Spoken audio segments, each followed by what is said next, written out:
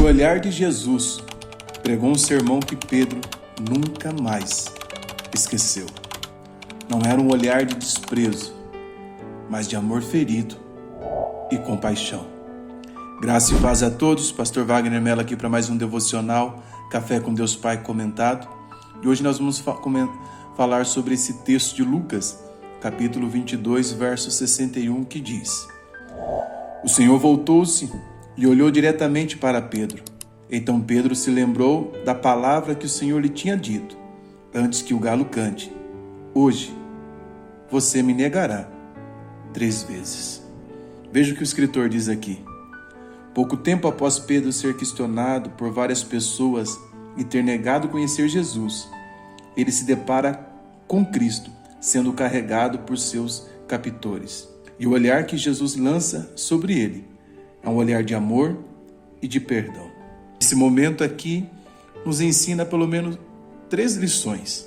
A primeira, o olhar de Jesus expõe nossas fraquezas. Nesse mesmo capítulo 22, só que se você voltar para os versículos 33 e 34, você vai perceber que Pedro estava tendo uma visão equivocada de si mesmo. O texto diz: Senhor, estou pronto a ir contigo, tanto para a prisão como para a morte.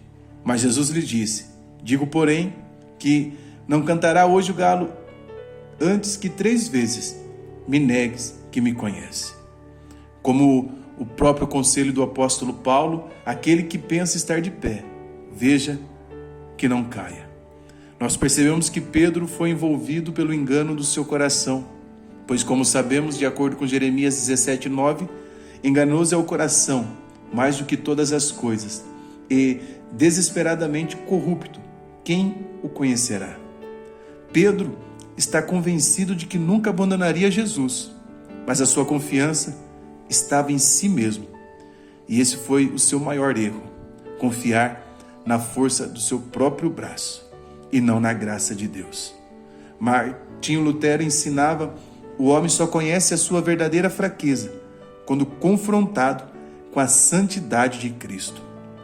Quando eu leio esses versículos, eu me lembro da igreja de Laodiceia, lá no Apocalipse. A 7ª igreja. Ela tinha uma visão também equivocada acerca dela mesma.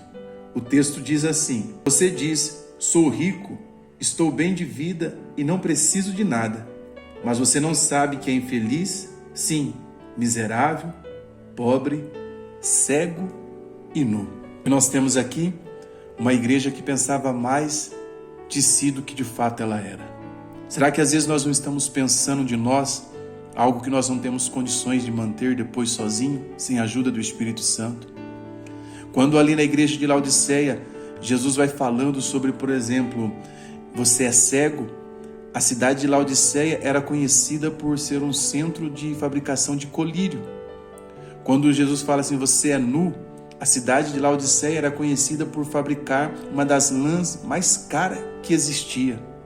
Quando Jesus fala para ela assim, aconselho que de mim compres ouro, os maiores centros bancários estavam ali na cidade de Laodiceia.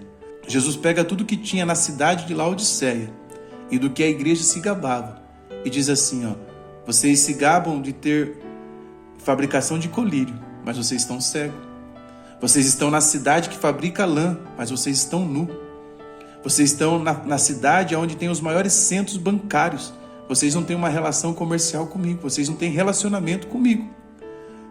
Por que Jesus fala assim? Vomitar-te-ei? Porque Laodiceia era cercada por 2 cidades. Uma tinha águas quentes, outras tinha águas frias. Águas quentes servem para medicina. Tem seu conceito medicinal. As águas frias servem para saciar a sede. Mas a água morna da cidade de Laodiceia era intragável, até mesmo para os seus habitantes. Aí Jesus fala assim, tá vendo essa água que vocês não conseguem beber? Assim são vocês para mim, eu não estou conseguindo engolir vocês. A igreja que era considerada perfeita, o perfeito estava do lado de fora. Por quê? Porque o texto diz assim, eis que estou à porta e bato. Jesus, que era adorado e aclamado dentro da igreja, estava do lado de fora, porque a igreja havia pensado acerca de si, muito além do que de fato ela era. Que o Senhor seja aquele que nos meça, que nós possamos hoje ver a nossa fraqueza. Mas nesse texto aqui nós vamos aprender uma segunda lição, que o olhar que expõe a nossa fraqueza também é o olhar que nos conduz ao arrependimento. Pois em Lucas 22, verso 62 diz: e saindo Pedro dali, chorou amargamente. Qual é o efeito dessa tristeza em nós? É desespero? Não. Qual é o efeito dessa tristeza? Paulo explica em 2 Coríntios 7,10, dizendo: porque a tristeza, segundo Deus, opera arrependimento para a salvação, mas a tristeza do mundo opera a morte. O Salmo de número 51, verso de número 17 diz: os sacrifícios para Deus são um espírito quebrantado e um coração quebrantado e contrito. O Senhor não desprezará. Aleluia! Deus está nos chamando, Deus está nos convidando ao arrependimento. Esse olhar é um convite ao arrependimento, porque o verdadeiro arrependimento não é apenas tristeza, mas mudança de coração. João Calvino escreveu assim: o arrependimento genuíno nasce quando o pecador não apenas teme a punição, mas lamenta ter ofendido a Deus. Que o Senhor toque em nossos corações, nós possamos buscar em Deus o arrependimento, o perdão pelos nossos pecados, pelas nossas falhas. Que nós possamos agir como Pedro e não como Judas, porque Judas sentiu remorso, enquanto Pedro teve arrependimento. A diferença entre Judas e Pedro não foi o erro, mas a resposta ao olhar de Jesus. Qual é a resposta que você vai dar ao olhar de Jesus para você? Lembra o que diz em Provérbios, que os olhos do Senhor estão como chama de fogo sobre toda a terra, contemplando os bons e os maus. Mas esse olhar que expõe a nossa fraqueza, esse olhar que conduz ao arrependimento, é um olhar que nos chama de volta. Se você abrir a sua Bíblia no livro de João, no capítulo 21, versículo 15 e 17, nós vamos ver Jesus indo atrás de Pedro. E lá tem uma conversa que diz assim: Simão, filho de João, ama-me mais do que a este? Observe que Jesus está mexendo na ferida de João. Irmãos, não tem como Jesus nos sarar, nos curar sem mexer na ferida. Por isso que eu não acredito nesse evangelho coach que tem sido anunciado por aí.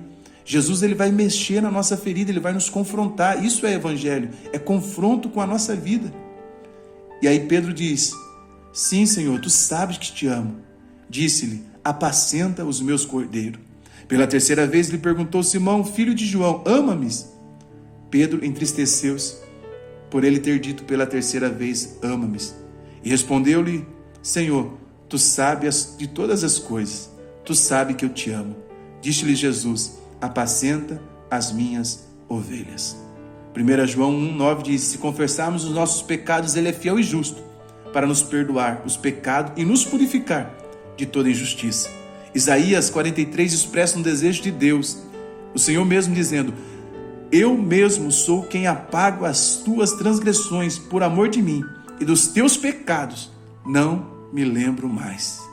Jesus não apenas perdoou Pedro, mas restaurou e o chamou novamente para o ministério. É por isso que eu acredito na frase de A.W. Tozer que diz: Deus nunca descartará um servo arrependido, ele o purifica e o usa para a sua glória. Se nós falharmos, não devemos fugir, mas devemos correr para os pés de Cristo, pois ele nos restaura e nos fortalece. Que você possa escrever comigo aqui nos comentários: obrigado, Senhor, por nunca desistir de mim. E se você quiser esse estudo em PDF ou Word, é só você mandar mensagem a esse número de telefone que está aparecendo aqui, dizendo: eu quero, e eu vou caminhar esse estudo para você, ter ele aí no seu celular. Vem estudar comigo. O link do meu curso Cristo Revelado no livro do Gênesis está aqui no primeiro comentário fixado, e aqui vai estar a playlist de curso sobre pregação gratuito para você, e também aqui eu indico um devocional que talvez você não tenha visto ainda e com certeza vai edificar a sua fé. Curta e compartilhe esse vídeo e nos encontramos amanhã no próximo devocional. O arrependimento te lança novamente ao propósito de Deus. Forte abraço.